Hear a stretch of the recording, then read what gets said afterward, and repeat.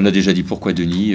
Voilà, hein, je pense que Denis, c'est le profil, à travers les différents entraîneurs qu'on a pu auditer, qui étaient tous très intéressants. Après, il y a certains petits points qui font la différence, et Denis a le profil qui correspond à ce que nous souhaitons à travers notre projet. Donc voilà, c'est comme ça sur les différents points. Denis a déjà beaucoup travaillé avec Karim. Denis est quelqu'un qui a une vision aussi de l'intégration de la formation, de relancer ici des joueurs, et puis qui a une stratégie, un système de jeu qui convient à celui que l'on souhaite mettre en place. Donc voilà, mais il va vous dire ça bien mieux que moi de toute façon. Hein. N'hésitez pas à lui poser toutes les questions. Vous ne l'aurez pas tous les jours en face de vous. Voilà. Avant qu'on arrive aux questions, j'aimerais juste en préambule féliciter Jean-Philippe et Karl.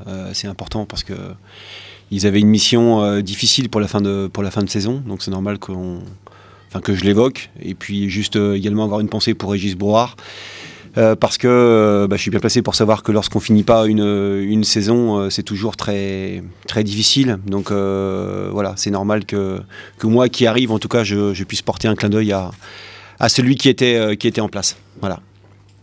Et puis, bien évidemment, remercier le président et puis Karim Fradin de me faire confiance pour cette nouvelle mission. Okay.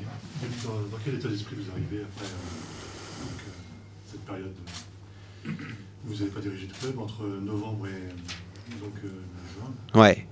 Dans quel état d'esprit vous êtes? Je suis non, d'abord je suis vraiment très très heureux, c'est sincère de travailler au Chamois. Voilà, ça faisait partie des clubs que je m'étais peut-être fixé si la place venait à se libérer. Et donc toutes les conditions étaient réunies. Je dirais pas un club qui me ressemble, ce serait prétentieux, mais en tout cas je voulais ça, quoi. Je voulais trouver un club comme celui des Chamois. Voilà. Alors en plus, c'est vrai que c'est un club dans le Grand Ouest, donc moi qui suis nantais, c'était en plus une aubaine. Mais en tout cas, ce qui est sûr, c'est que à travers le discours du président et de Karim Fradin, j'ai eu l'impression effectivement de me retrouver dans ce que j'ai connu dans ma carrière, quoi. Après les 12 ans à Carquefou, la première expérience pro s'est soldée par un échec. Ouais. Est-ce qu'il y a l'envie de prouver que tu peux y arriver à ce niveau-là, une envie de revanche?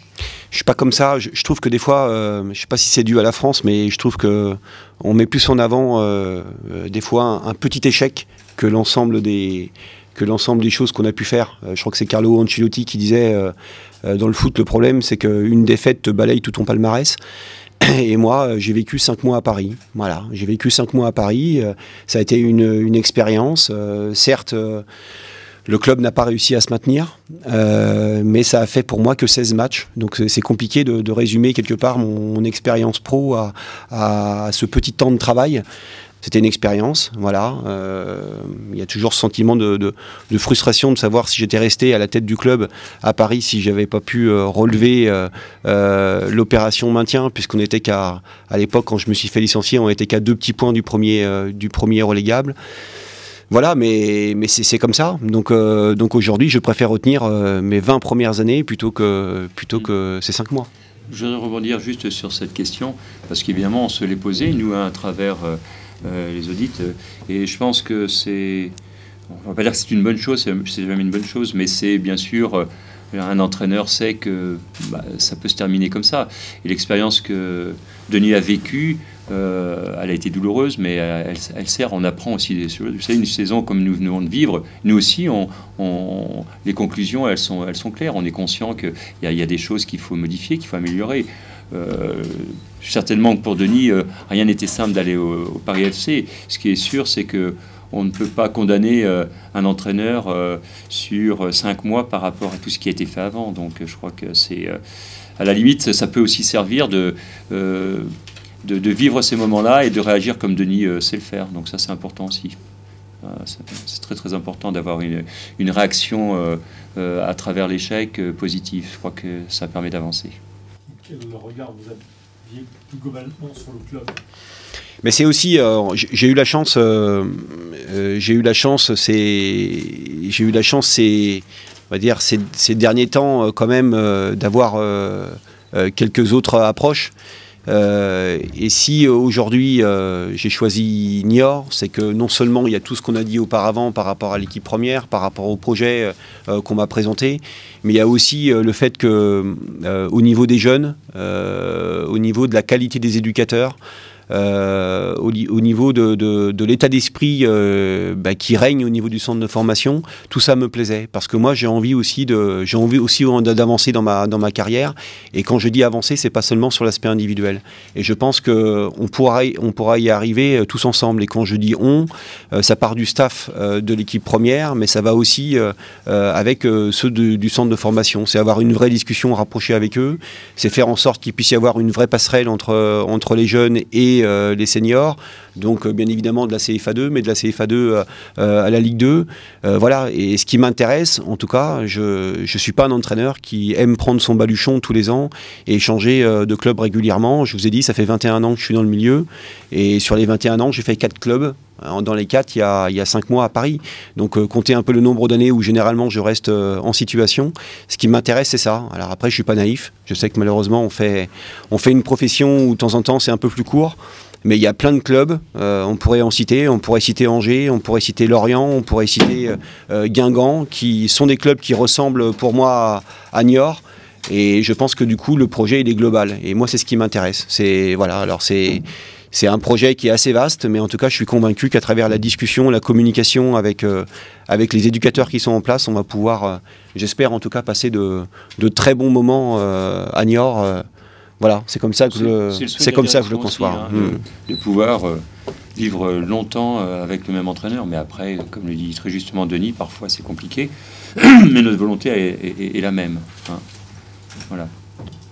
Est-ce qu'il y a un style de jeu, une philosophie de jeu propre à J'en ai une, bien évidemment. Mais vous savez, le souci, c'est que, bon, ici, certains journalistes m'ont bien connu quand j'étais à Carquefou. Quand tu travailles sur la durée, tu as le temps d'imposer tes idées. Quand tu travailles sur la durée, tes principes de jeu, tes idéologies de cohérence dans le groupe, tu peux les imposer. Ce qui est très difficile pour nous, c'est finalement d'avoir des vrais principes de jeu et d'avoir très peu de temps des fois pour les mettre en place. Ça, c'est compliqué. Mais aujourd'hui, oui, bien évidemment, quelque part, c'est assez simple. Je pars du principe que quand tu arrives à jouer ensemble à 3, à 4, à 5 et quand tu arrives à jouer à 11, tu es normalement plus fort. Mais avant d'arriver à ça, avant d'arriver à une cohérence dans le jeu, avant d'avoir un jeu combiné, bien évidemment, il faut que le groupe qu'on puisse avoir entre les mains soit de qualité, mais aussi qu'on ait un peu de temps pour travailler. Donc on a tous envie en tant qu'entraîneur d'avoir une équipe qui joue bien et qui gagne. Voilà, je ne peux pas le promettre. Je suis compétiteur jusqu'au bout des ongles. J'espère que j'aurai des joueurs qui le seront et j'en suis convaincu. Mais voilà, on va dire qu'avant de parler de tout ça, il y a ce qu'on appelle nous un fonds de commerce, ou ce que j'appelle moi un fonds de commerce. C'est que dans la mentalité, dans la détermination, dans la volonté de se faire mal ensemble, il faut qu'on réponde présent. Et la Ligue 2, si tu n'as pas ça, tu ne passes pas. Parce qu'il y a finalement très très peu d'écart entre les équipes. Et normalement, tu arrives à gagner certains matchs dans la solidarité, dans l'envie, dans des choses basiques. Et moi qui me suis assis dans les tribunes pendant du coup pas mal de temps ici à Niort, j'espère juste que mon équipe aura énormément de caractère. J'espère juste que mes joueurs sauront montrer énormément de détermination, d'envie. Voilà, c'est des choses basiques. C'est un discours qui est classique, mais en tout cas, c'est quand même la base du sport qu'on peut réaliser, quoi. Voilà.